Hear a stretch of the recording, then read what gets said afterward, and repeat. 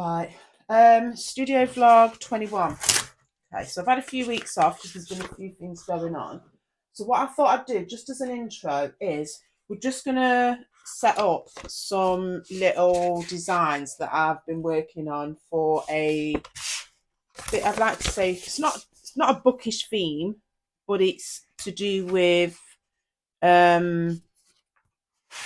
oh yeah, I suppose it is bookish really. I don't know what I'm trying to say. It's not, it is. So yeah, I've got something coming up. And obviously I'm going to start working on it now, just so that I don't get behind. But also this is just a little intro because we're still going to carry on doing the, what was it? The design process tutorials. So all I'm doing at the minute is to save time, is I'm just putting every single piece of vinyl that I need for this one little crafting project that I'm doing, to save me having to keep reloading the map 4 or 5 times.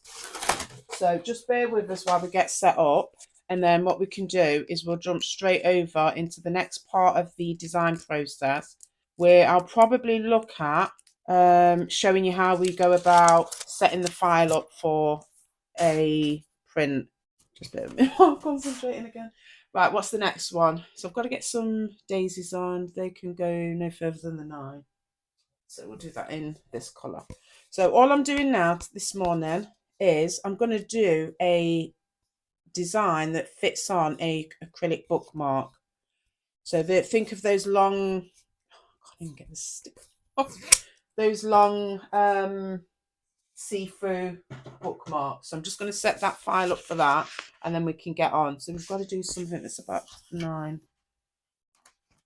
This is just a hack as well. You know, you don't have to keep loading up the mat if you need to. If you've only got small little pieces, which is what I've got at the minute, you can load it all up and then just position it. Obviously, you're going to have to look at the design space and see where the position needs to be. And then if you place them all on the mat in the right order, it'll cut it all out for you, even though it's different colour vinyl. I know some of you probably already aware, but just remember there's people on here that probably don't know all of these hacks. So yeah, what we've been up to. So yeah, it's been a hectic few weeks. A lot's been going on, but that's always the case when you're a mum. So basically, I've hit that 1 year stage. I can't believe I've been doing this, turning this hobby into a business. So I'm just looking now just to see where I need to place it. So I don't know if I've done it wide enough. Right, okay, so that's it. So I just need to move something. Just bear with me a minute, just so I don't mess up, because otherwise it'll cut out on the white and we need it to cut out on something else. So if I get that to start at number 5. So all I am doing now at the minute is I'm just on design space, just checking the numbers that are on here so we can start it from number 7. We'll go just before, and it goes just a little bit past 14. So as long as we've got just before 7. Ugh.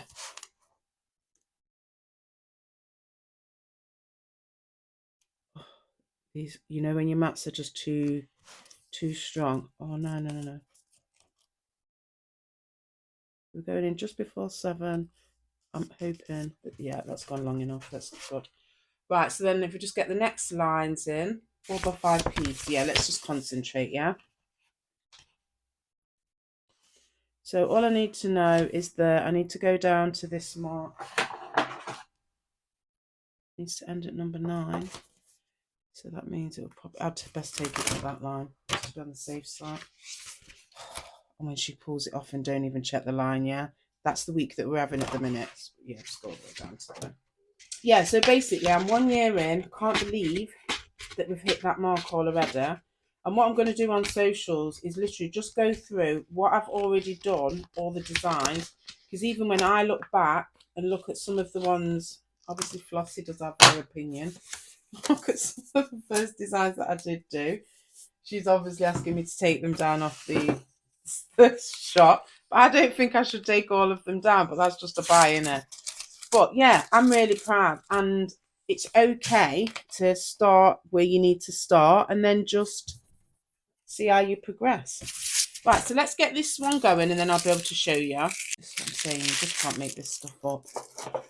Right, so 1 year in, and basically I've gone from just doing stickers, doing some magnetic bookmarks, obviously doing this stuff that I used to do before, but somehow ended up falling into stationery. It's all right, it's just saying it's not connecting for some reason.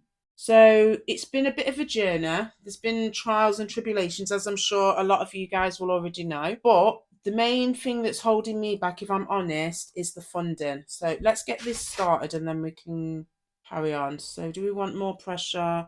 Because it's fun, I'm just going to leave it as its default. So yeah, a lot of the issues that I tend to have is funding and not being able to do what I want to do when I want to do it. But what's become apparent now is,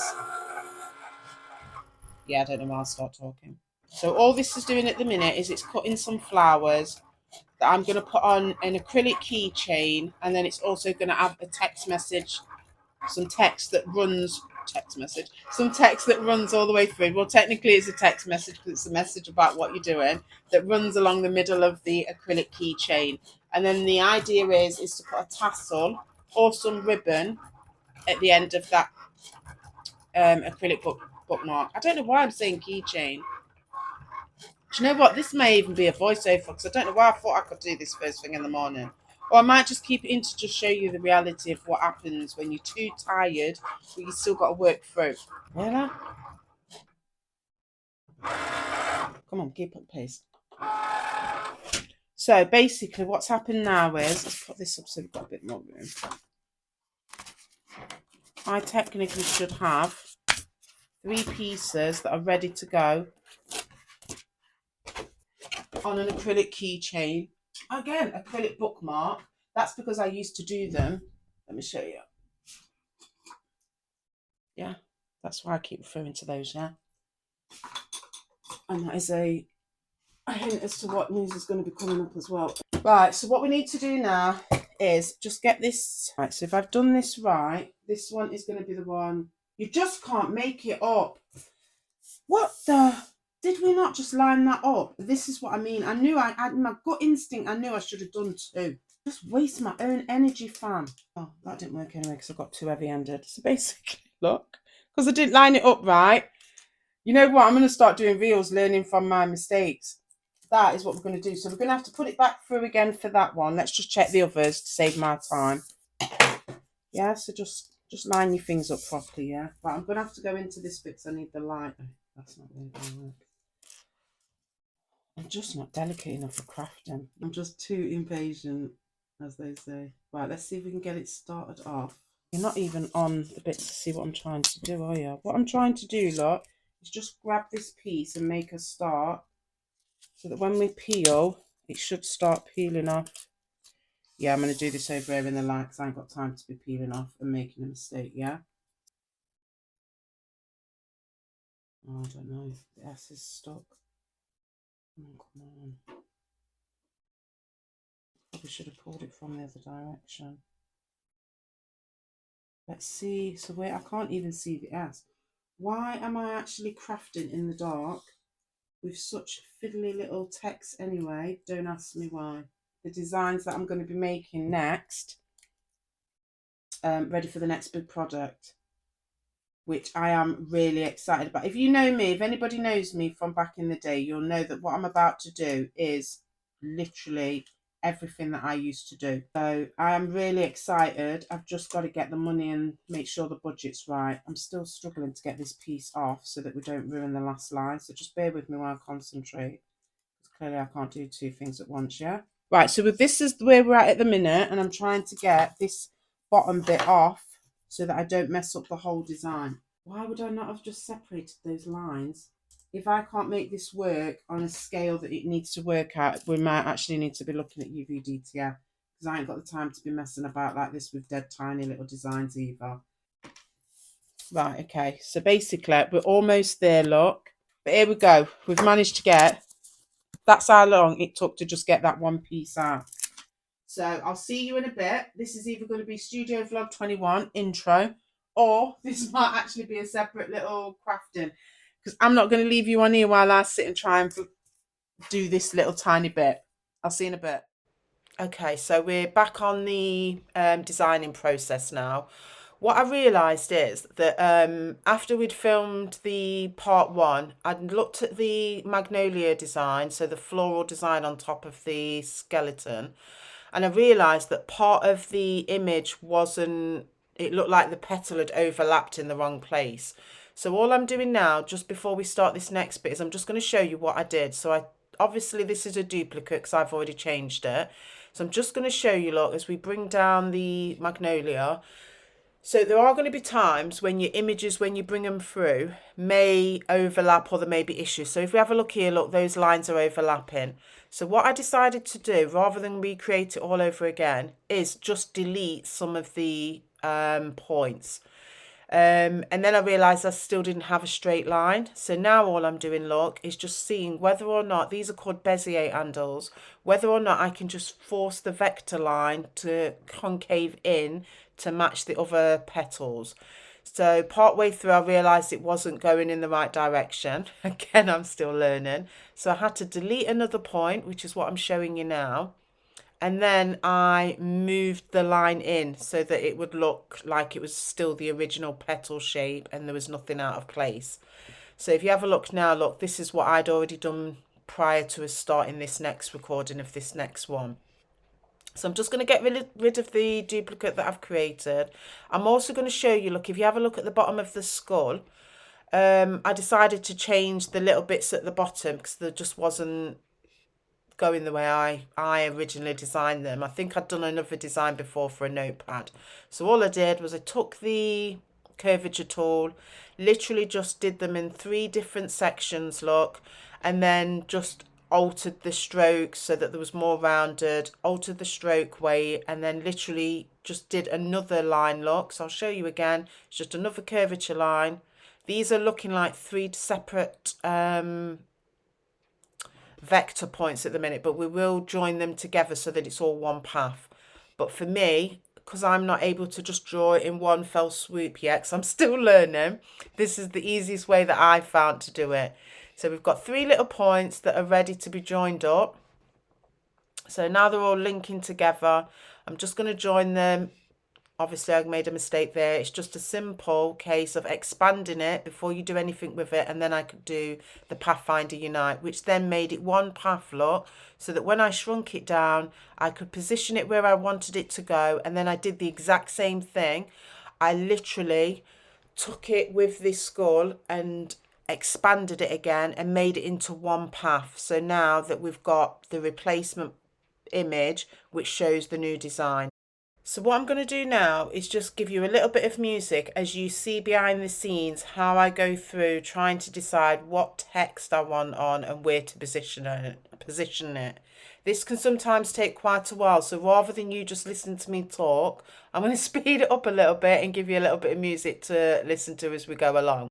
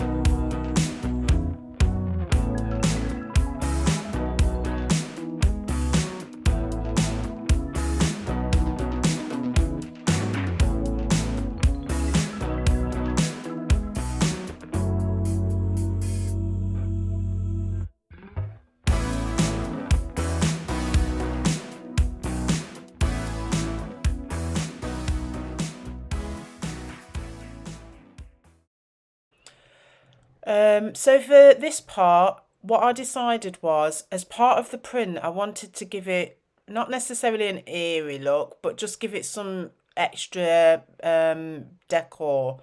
So I'm literally just creating just a few cross designs, and then what I'm planning on doing is also just putting in some more embellishments like some little dots and stuff, with the main aim being to create like a what would I say? It's not like a bloom, but like a little bit of a glow off of it, so that you can see that they're giving off like some spooky vibes. Does that make sense?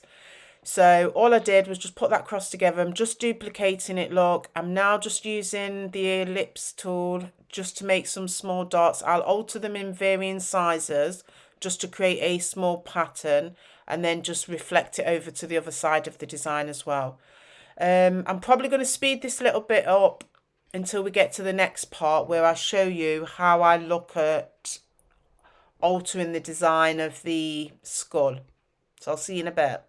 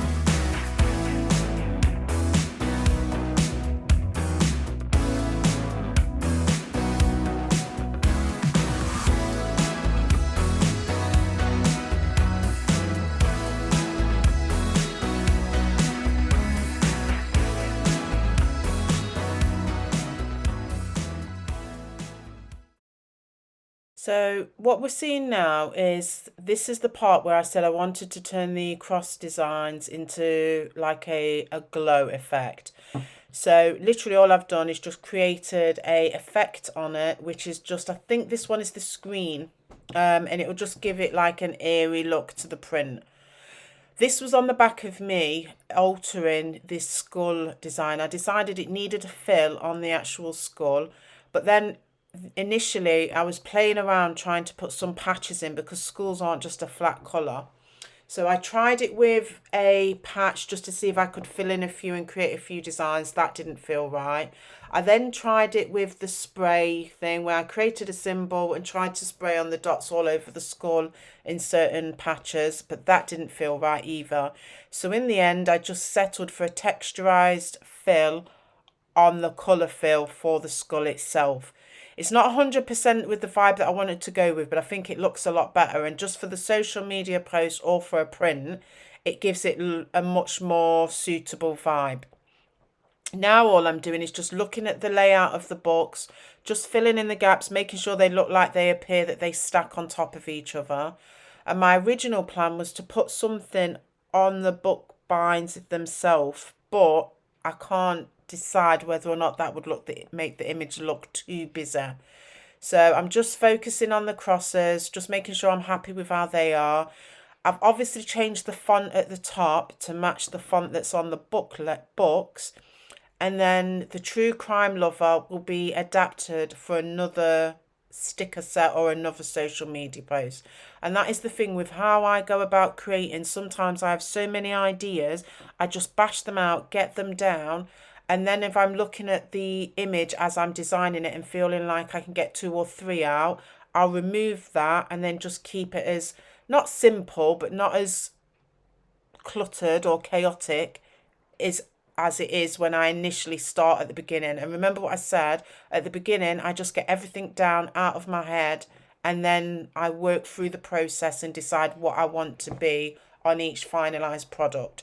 So here, this can be used for a social media post or a print. I'm now going to go away and just look and finalize a few things. And then my next plan is to do something that works with this image for a vinyl cut.